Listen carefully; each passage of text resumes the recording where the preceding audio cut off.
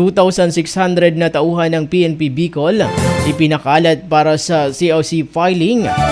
Para sa detalye ng balita na sa linya, Mega Patrol number 12, Estela Duran. Bicol Network News Report!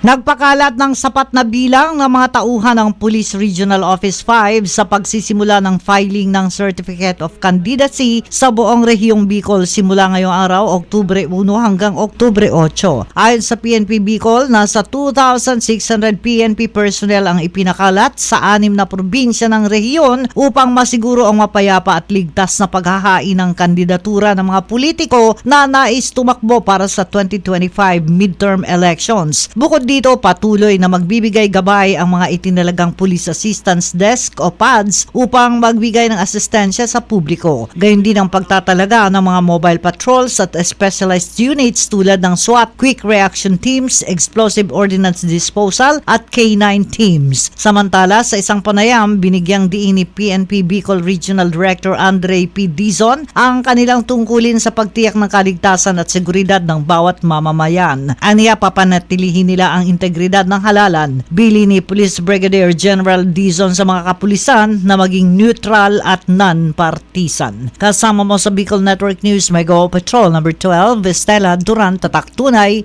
na serbisyo.